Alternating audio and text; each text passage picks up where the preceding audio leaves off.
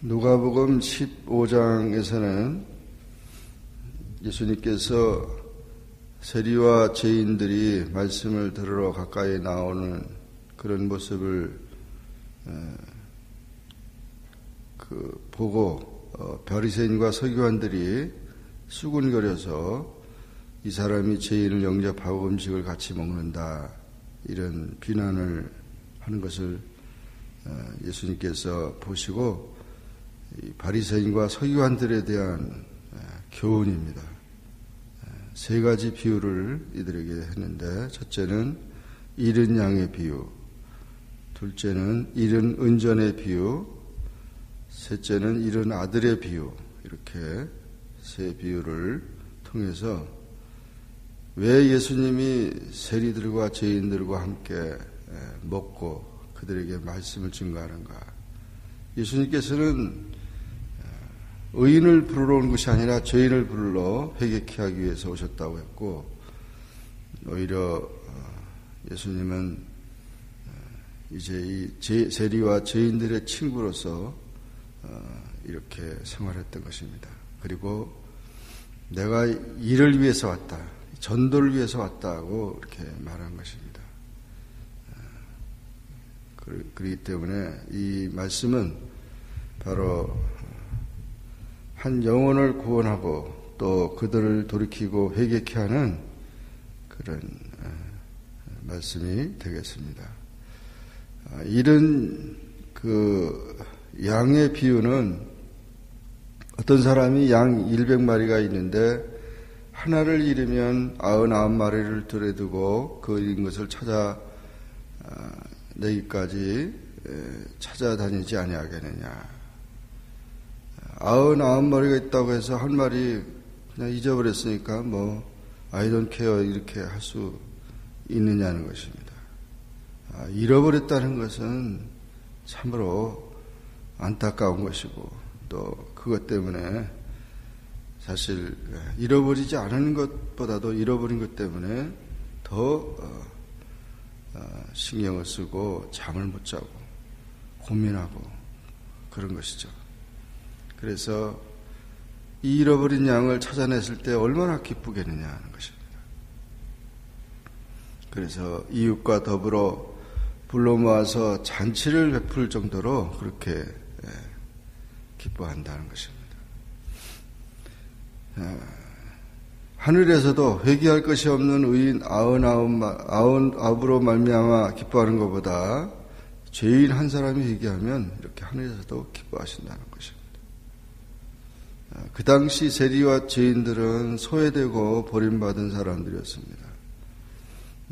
이런 사람들을 말씀을 전해서 그들의 영혼을 구원하고 다시 찾는 일, 전도하는 이 일은 참으로 하나님 기뻐하는 일. 전도는 영혼을 구원하는 일입니다. 말씀을 통해서 잃어버린 자를 찾는 것입니다. 이와 같이 주인의 기쁨이 되고 또 잃어버린 자를 찾는 자의 기쁨이 되고, 이 전도의 기쁨을 우리가 가져야 된다는 것입니다.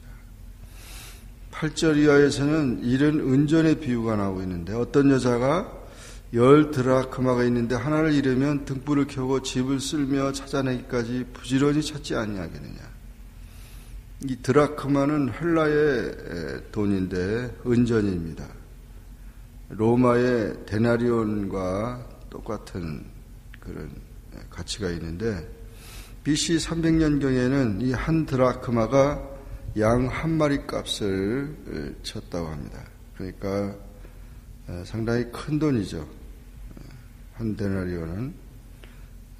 그 후로 한 데나리온은 노동자가 받는 일당에 불과했지만은,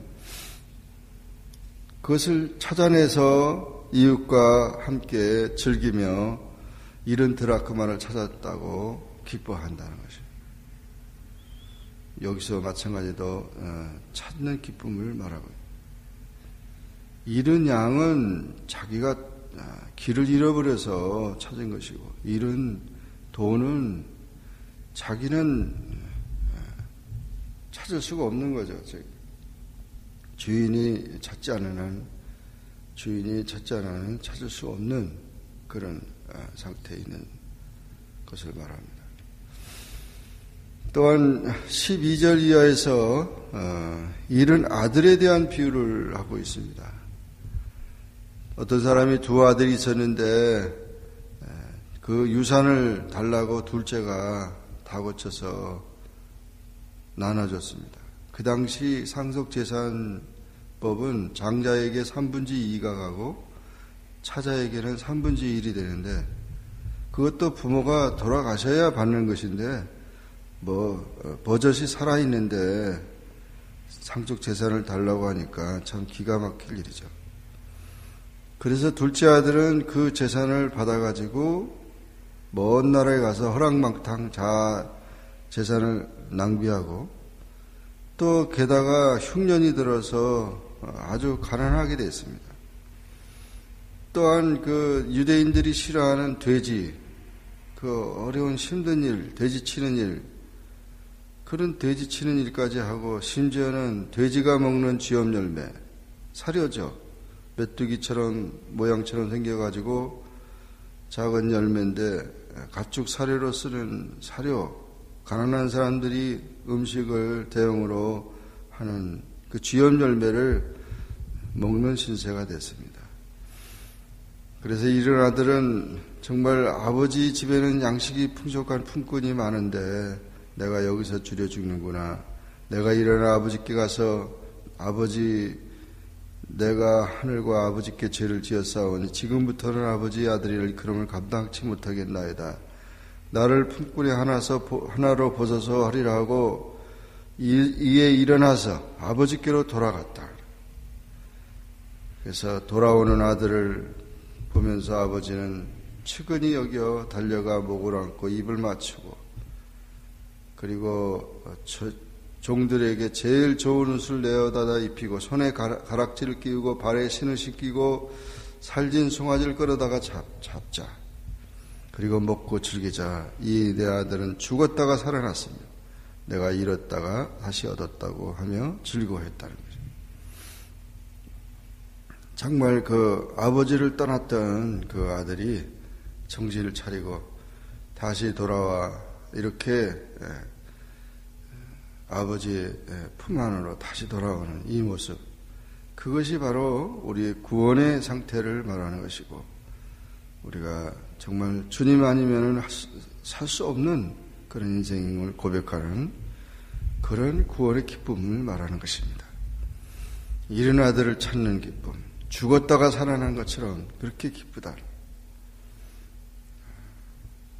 그런데 25절 이하의 맏아들은 집에 가까이 왔을 때 그 풍악 소리나 이런 소리를 듣고 누가 왔냐? 내 동생이 왔다고. 그놈이 왜 왔어? 다 아버지 재산을 다 탕진한 그놈이 왔는데 또 송아지까지 잡아가지고 잔치를 한다니까 이 맏아들은 도저히 이해가 되지 않아요. 우리가 상식적으로 생각해도 맏아들의 그런 화는 정당한 것처럼 보입니다. 그러나 그것은 아버지의 마음을 읽지 못한 것입니다. 오히려 아버지는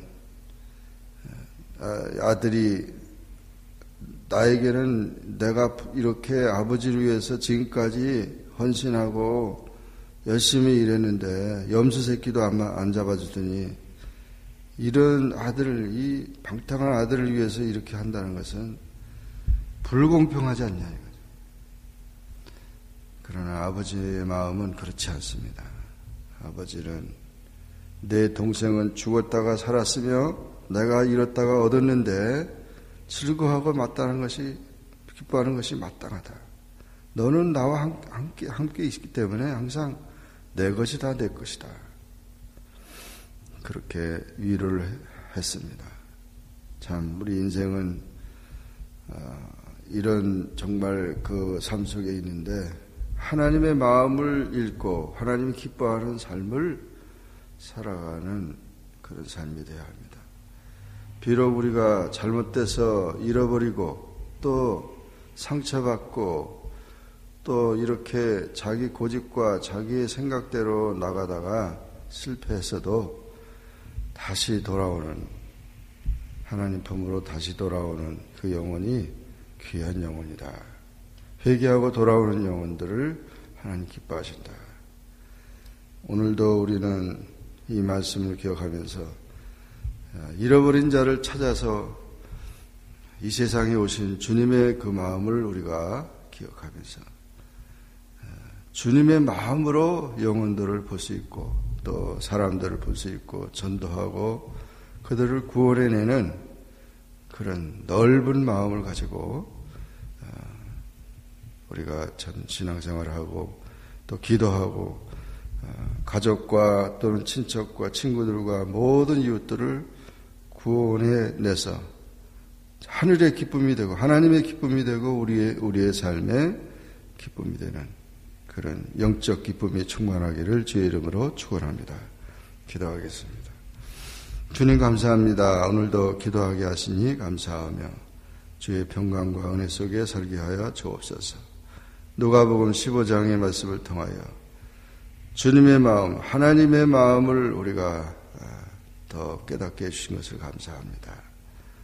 잃어버린 자를 찾아서 오시는 주님, 실패한 자를 찾아서 주님, 죄 많은 자를 찾아서 오시는 주님, 주님의 크신 자비와 그 은총을 인하여서 우리가 또 사랑을 입고 구원을 받았는데 언제나 정말 우리가 낮은 자를 보고 언제나 우리가 우리의 사명을 바라볼 수 있는 겸손함을 주시고 또 부지런히 열심히 영혼들을 살피고 전도하는 그런 삶이 되어 영적인 기쁨이 충만한 그런 생활이 되도록 도와주시옵소서. 예수님의 이름으로 기도하옵나이다. 아멘.